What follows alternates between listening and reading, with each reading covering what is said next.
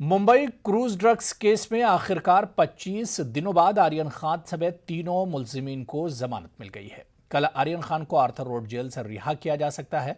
Bombay high court में इस मामले की 3 दिन तक समाअत चलती रही।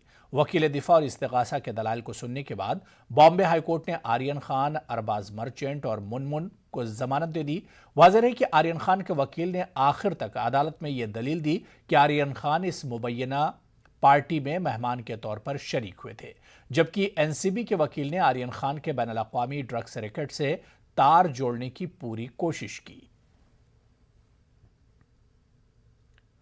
उधर महाराष्ट्र के वजीर बराए अक़लियती उमूर नवाब मलिक ने क्रूज ड्रग्स केस में तीनों मुलजिमीन को मिली जमानत पर खुशी का इजहार किया। नवाब मलिक ने एक मरतबा फिर एनसीबी पर फर्जी मामले में नौजवानों को फंसाने का इल्जाम आयद किया। कॉर्डेलिया ड्रग क्रूज केस में आज आर्यन खान समेत 3 लोगों को जमानत सम्माननीय हाईकोर्ट ने दी है। इससे पहले कल ही 2 लोगों को एनडीपीएस के स्पेशल कोर्ट ने जमानत दी थी। जिस तरह का फर्जी मामला बनाया गया, पहले ही एस्प्लेनेड कोर्ट में उनकी जमानत हो सकती थी, लेकिन हमेशा एनसीबी के वकीलों के जरिए एनसीबी अपनी भूमिका बदलते रहती है। प्रयास रहता है कि लोगों को ज़्यादा दिन जेल में कैसे रखा जाए, लोगों के मन में डर कैसा पैदा किया जाए। हमें लगता है कि आज जमानत हो गई। जिन लोगों पे ये मामला बनाया गया है, ये फर्जी है, न्यायालय में जाएंगे, जो एविडेंस है हम उनको देंगे, ये मामला न्यायालय से क्वैश हो जाएगा। आगे बढ़ेंगे। अलीगढ़ मुस्लिम यूनिवर्सिटी के तलबा ने आज कैंपस में डेक पॉइंट से बाब सैयद तक एक एहतजाजी मार्च निकालते हुए त्रिपुरा में मुसलमानों और इबादतगाहों को निशाना बनाए जाने की सख्त अल्फाज में मजम्मत करते हुए मुजाहरा दर्ज कराया। तलबा ने सदर जमहूरिया के नाम एक अर्जदाश जिला इंतजामिया को सौंपा, जिसमें कहा गया कि त्रिपुरा में एक मुनज्जम साजिश के तहत बेगुनाह मुसलमानों को बाज शिद्दत पसंद तंजीमों के जरिए निशाना बनाया जा रहा है। मसाजिद, दुकानें और घरों को मुनहदिम किया जा रहा है। बहु बेटियों की इस्मत लूटी जा रही है। ऐसे में हमारा मुतालबा है कि फौरी इन पुरतशद्दुद हमलों को रोका जाए और इसके लिए जो लोग भी जिम्मेदार हैं, इन्हें सजा दी जाए। हम लोग ये भी चाहते कि ये जो नफरत फैलाने जो इनको सही कार्रवाई बहुत तगड़े से करे। 150 आईपीसी 153A और 295A के तहत इनको जल्दी से जल्दी गिरफ्तार किया जाए, क्योंकि हिंदुस्तान की जमहूरियत में इस तरह से चीज़ बर्दाश्त नहीं किया जाएगा। ये वो लोग विचारधारा है जो पहले अंग्रेज़ों की गुलामी करते थे, अब देश आज़ाद होने के बाद ये लोग वही चाह रहे कि अंग्रेज़ों की गुलामी से होगी। ये बर्दाश्त नहीं होगा। ये देश गांधी की विचारधारा से चलेगा, ये देश अम्बेडकर की विचारधारा से चलेगा। डक पॉइंट से लेकर के बाब सैयद तक जो हमने प्रोटेस्ट किया है, वो इस चीज़ के लिए था कि त्रिपुरा में जो हिंसा हो रही है वो बंद होनी चाहिए। जो प्रॉपर्टी को नुकसान पहुंचाया गया उसका मुआवजा देना चाहिए। साथ ही जिन लोगों ने ये हरकत की है, जिन लोगों ने भड़काऊ भाषण दिए हैं, प्रॉफिट मोहम्मद सल्लल्लाहु अलैहि वसल्लम की शान में गुस्ताखी की है, उन पर ऐसी सज़ा होनी चाहिए कि एक एग्जाम्पल जो है वो सेट हो जाए, आगे कोई इस तरह की हरकत ना करे। जिस तरह से कत्ल गारत और मस्जिदों को जलाया गया और माँ बहनों की इज़्ज़तों के साथ खिलवाड़ किया गया, उसमें हम लोग उसमें शर्मिंदा हैं और उसमें एक अफसोस ज़ाहिर करने के लिए हम लोग यहाँ आए और हिंदुस्तान की जो हुकूमत है उसको ये पैगाम देने आए हैं कि इसे जितनी जल्दी हो सके उतना जल्दी रोक लें। जो त्रिपुरा के अंदर हुआ है उसके खिलाफ हमने प्रोटेस्ट ऑर्गेनाइज़ किया है और हमारी कुछ डिमांड्स हैं जो हमने मेमोरेंडम जो आपको दिया है उसमें रिटन है कि हमने डिमांड की है कि जो बीएचपी के लोग हैं उनको जो है जल्द से जल्द उनके खिलाफ एक्शन लिया जाए, उनको अरेस्ट किया जाए। और ये जो मुसलमानों के साथ जुल्म ज़्यादती हिंदुस्तान के अंदर हो रही है और जो सेकुलरिज्म का ढोंग हिंदुस्तान की हुकूमत कर रही है, ये बंद होना चाहिए। दिल्ली में डेंगू पांव पसार रहा है। दिल्ली के अस्पतालों में डेंगू के केसेस तेजी से बढ़ रहे हैं। दरअसल गुज़िश्ता दिनों हुई बारिश के बाद दिल्ली में डेंगू का खतरा मजीद बढ़ गया है। ऐसे में डॉक्टर कई तरह की एहतियात बरतने की सलाह दे रहे हैं। राजधानी दिल्ली के जामिया नगर का ये इलाका है। इन दिनों यहाँ पर डेंगू के काफी केसेस सामने आ रहे हैं। अशिफा अस्पताल में भी काफी केसेस पहुंच रहे हैं। जनरल वार्ड में बेड भरे हुए हैं। हालांकि हालात 2015 जैसे खराब नहीं है। इस इलाके के अस्पताल अशिफा के एमएस डॉक्टर मोहम्मद जावेद का कहना है कि डेंगू के मामले आ रहे हैं, लेकिन हालात काबू में हैं। डॉक्टर जावेद का कहना है कि मौसम बदल रहा है। ऐसे में वायरल मौसमी बुखार के अलावा डेंगू भी पाया जा रहा है। इनका कहना है कि अगर किसी को बुखार आता है तो वो ज्यादा से ज्यादा पानी पिए। मेनली जो कॉम्प्लिकेशंस होते हैं वो प्लेटलेट के नीचे जाने से होते हैं, और प्लेटलेट का नीचे जाने का रीजंस भी ये होते हैं कि जैसे जैसे आपके फीवर बढ़ते हैं फ्लूइड का लॉस भी बढ़ता है। फ्लूइड जो हमारे बॉडी से निकलते हैं वो एक तो होता है कि स्वेटिंग के थ्रू निकलते हैं या स्टूल पास करते हैं, हम सांस लेते हैं उसमें भी फ्लूइड लॉस होते हैं, यूरिन पास करते हैं उसमें भी लॉस होते हैं, प्लस टेम्परेचर होता है तो टेम्परेचर भी अपना टेम्परेचर कूल करने के लिए वो भी फ्लूइड लेकर के निकलता है सो दैट कि बॉडी कम हो। अगर हम एडिक्वेट अमाउंट में हम पानी पीते हैं तो वो आपका एक सिस्टम होता है क्या कि वो उससे आपका फीचर्स जो है वो ऑटोमेटिकली कंट्रोल रहते हैं, उसमें प्लेटलेट्स कम होने के चांसेस कम हो जाते हैं। प्लस पेशेंट जो और कंप्लेन करते हैं वो कंप्लेन करते हैं कि नोजिएटेड होते हैं, वॉमिटिंग बहुत ज़्यादा लगता है। जामिया नगर के ही नूर नगर के रहने वाले फैजुल अजीम के भाई अपोलो अस्पताल में डेंगू की वजह से दाखिल हैं। वालिदा भी बीमार हैं। फैजुल अजीम का कहना है कि हुकूमत को डेंगू के बढ़ते मामलों की जानिब तवज्जो देनी चाहिए। एक भी बेड खाली नहीं है। उस दिन मैं अपने भाई को एडमिट कराने के लिए दर दर की ठोकरें खाता रहा। यहाँ के नेताओं को फ़ोन भी करे मैंने, बट किसी का कोई रिप्लाई नहीं आया। और अल्टीमेटली मेरी छोटे भाई की वाइफ डॉक्टर है, उसने अपनी सोर्स लगा के अपोलो के अंदर छोटे भाई को एडमिट कराया, जिसकी कल की रिपोर्ट ये है कि 40,000 प्लेटलेट्स रह गई थी। परसों से मेरी मदर की तबीयत ख़राब है और छोटे भाई की तबीयत ख़राब है। मतलब एक तरह का तहस नहस हुआ है पूरा सिस्टम। लोग परेशान हैं। होली फैमिली के अंदर, अपोलो के अंदर जाके देखिए, एक भी बेड नहीं है। गवर्नमेंट कर क्या रही है? डेंगू के बुखार में नज़ला और खांसी कम ही दिखाई देते हैं, लेकिन लगातार तेज बुखार आता रहता है, जिसकी वजह से बदन में पानी की कमी होती है। ऐसे में नारियल पानी और रस वाले फलों का इस्तेमाल फायदेमंद होता है। न्यूज़ 18 उर्दू के लिए दिल्ली से खुर्रम शहजाद की रिपोर्ट। बरकतुल्ला यूनिवर्सिटी शोबा फ़ारसी के ज़ेर एहतमाम भोपाल में फ़ारसी ज़बान की अहमियत व इफ़ादियत के उन्वान से कौमी सेमिनार का इनेकाद किया गया। सेमिनार में मुल्क के मुमताज़ दानिश्वरों ने शिरकत की और फ़ारसी ज़बान की अहमियत व इफ़ादियत पर तफसील से रोशनी डालते हुए फ़ारसी ज़बान में रोज़गार के बड़े इम्कानात के हवालों के ज़रिए पेश किए।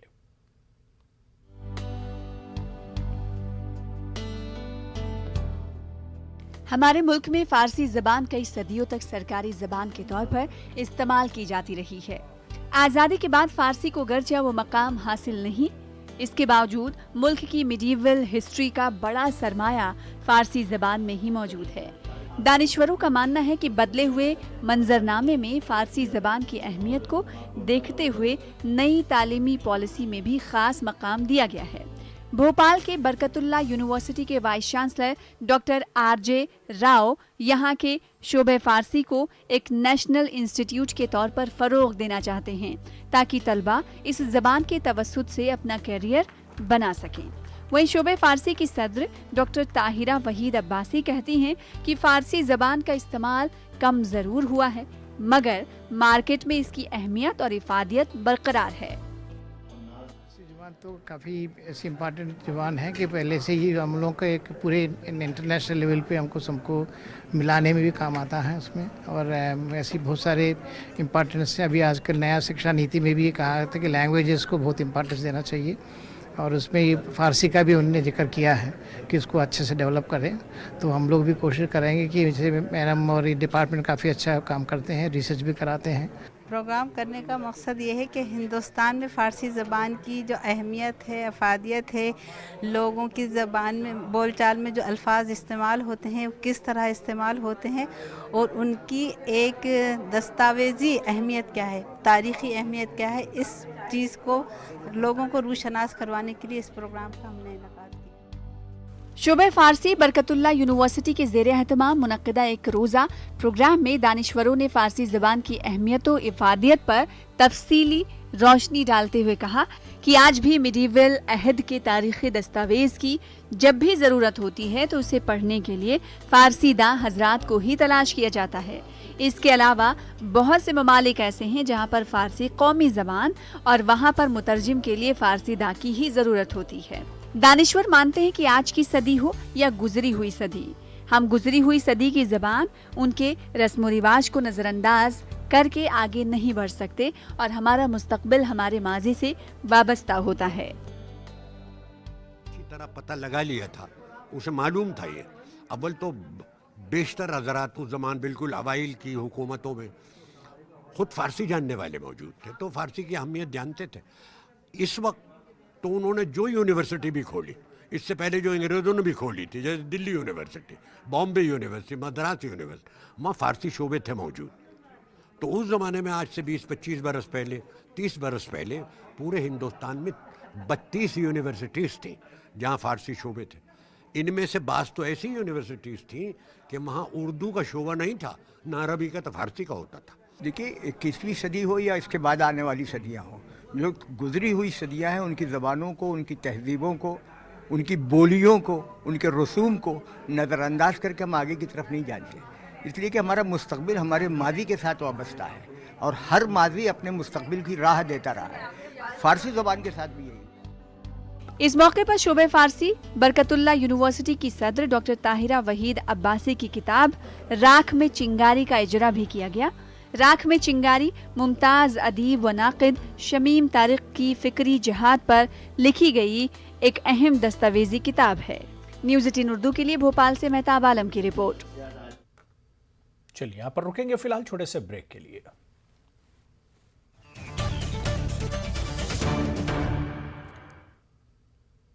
त्रिपुरा में मुसलमानों पर तशद्दुद के खिलाफ कांग्रेस लीडर राहुल गांधी ने ट्वीट किया है। राहुल गांधी ने कहा है कि हमारे मुसलमान भाइयों पर जुल्म हो रहा है।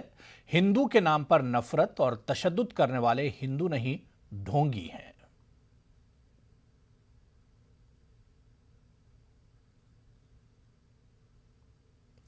आगे बढ़ेंगे। कांग्रेस के सीनियर लीडर और राज्यसभा रुकन शमशेर सिंह ने आज अजमेर में ख्वाजा गरीब नवाज रहमतुल्लाह अलैह की दरगाह पर हाजिरी दी और मखमली चादर पेश की। उन्होंने पंजाब में कांग्रेस सरकार फिर से बनने की दुआ की।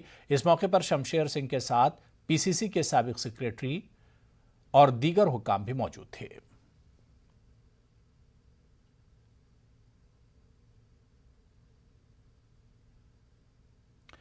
जम्मू कश्मीर में गुलमर्ग लिटरेरी फेस्टिवल अदीबों से गुलजार रहा। गुलमर्ग लिटरेरी फेस्टिवल में कश्मीरी अदब और तहजीब व सकाफत से जुड़ी कई खवातीन ने शिरकत की। खवातीन उदबा ने अपने तजुर्बात को लोगों के सामने पेश किया।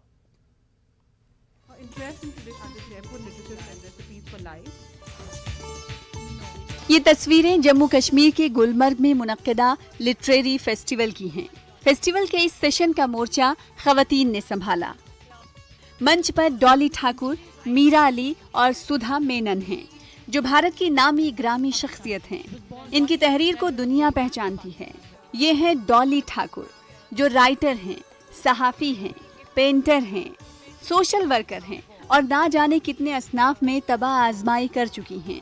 ये कैसे दुनिया देखती हैं और समझती हैं, जरा सुनिए। ऐसी अच्छी अच्छी बातें मिलती हैं लोगों से जो हम लोग को कभी पता नहीं होती, क्योंकि सब लोग के पास कोई खूबसूरत कहानी है बताने के लिए। तो आप भी किसी से भी बात कीजिए। बात करने से ही बात बनती है। इस फेस्टिवल का मकसद भी यही है कि दुनिया अदब के जरिए भारत के इस अनमोल हिस्से की तहजीब व सकाफत को समझे, और ये तभी मुमकिन है जब हम इस अदब को ना सिर्फ खुद जानेंगे बल्कि अपनी आने वाली नस्लों को भी इससे रूबरू कराएंगे। यू कैन नॉट से कि कश्मीरी भूल जाओ, इसमें कुछ नहीं रखा है। You have centuries of literature, centuries of thought, centuries of philosophy, centuries of poetry, centuries of culture, centuries of cuisine written in your language, which if your children will not read and write will be lost to them. सुना आपने? इस festival में मीरा अली ने अंग्रेजी और दूसरी जबान के साथ साथ कश्मीरी अदब को अहमियत देने की बात कही, तो वहीं सुधा मेनन ने जायके को अदब से और अदब को तहजीब से जोड़ा।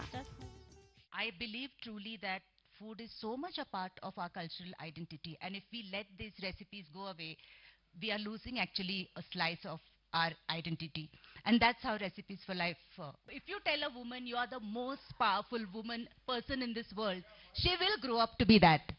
And I see so many women here, and young, beautiful women, and I just want them all to say, tell themselves every day that you are the power and you can be just as powerful as you want to be. यकीनन तहजीब और सकाफत एक ऐसी नदी है जो अदब, रिवायत, जायका और रहन सहन के सहारे बहती है। मकामी लोगों को जिंदगी की राह दिखाती है और आने वाली नस्लों को मजबूत बनाती है। Bureau report, news 18 Urdu.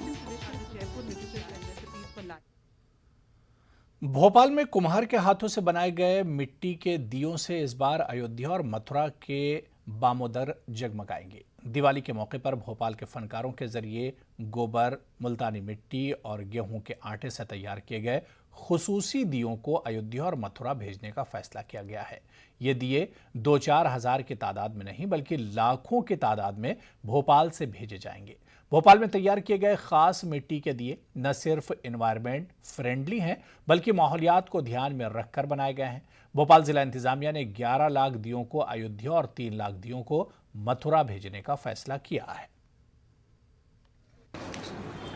बहुत ही हर्ष का विषय है कि भोपाल जिले के ग्रामीण स्व सहायता समूहों द्वारा इस दीपावली पे एक बहुत ही पावन कार्य किया जा रहा है। उनके द्वारा 15 लाख दिए गोबर, मुल्तानी मिट्टी और गेहूं का आटा का मिश्रण करके बनाए जा रहे हैं। इस प्रकार से ये दिए एनवायरनमेंट फ्रेंडली हैं, पर्यावरण के प्रति हमारी सजगता का प्रतीक है और ये जो दिए हैं इसमें से 11 लाख दिए अयोध्या और 3 लाख दिए मथुरा इस प्रकार से भेजे जा रहे हैं। ये हमारे स्व सहायता समूहों के सशक्तिकरण का प्रतीक है।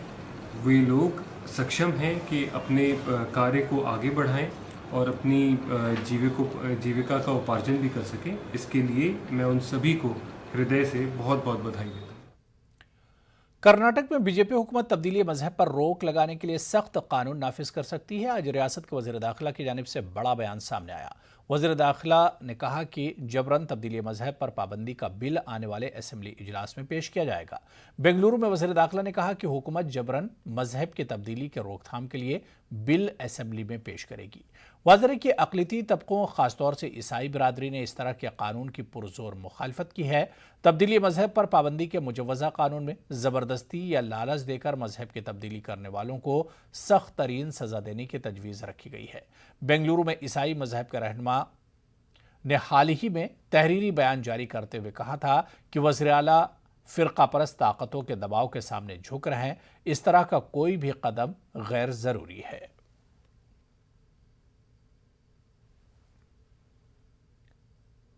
त्रिपुरा में हुए तशद्दुद की ऑल इंडिया मिली काउंसिल कर्नाटक ने मजम्मत की है। मिली काउंसिल के रियासती नायब सदर मौलाना मोहम्मद नौशाद आलम कासबी ने कहा कि बांग्लादेश में हिंदू बिरादरी पर हमला और इसके बाद रद्दअमल में त्रिपुरा में मुसलमानों पर हमले दोनों अफसोसनाक हैं। मिली काउंसिल ने मरकजी हुकूमत से फौरी तौर पर कसूरवारों के खिलाफ कार्रवाई का मुतालबा किया है।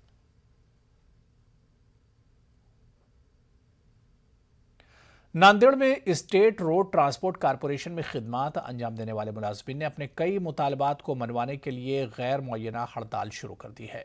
हड़ताल की वजह से बस सर्विस बुरी तरह मुतासिर हुई। नांदेड़ के बस स्टैंड पर मुसाफिर फंसे हुए हैं। हड़ताल पर गए मुलाजिमीन का कहना है कि हुकूमत इनके मुतालबात को तस्लीम करने में संजीदगी का मुजाहरा नहीं कर रही, जिसकी वजह से इन्हें मजबूरन हड़ताल का रास्ता अपनाना पड़ा।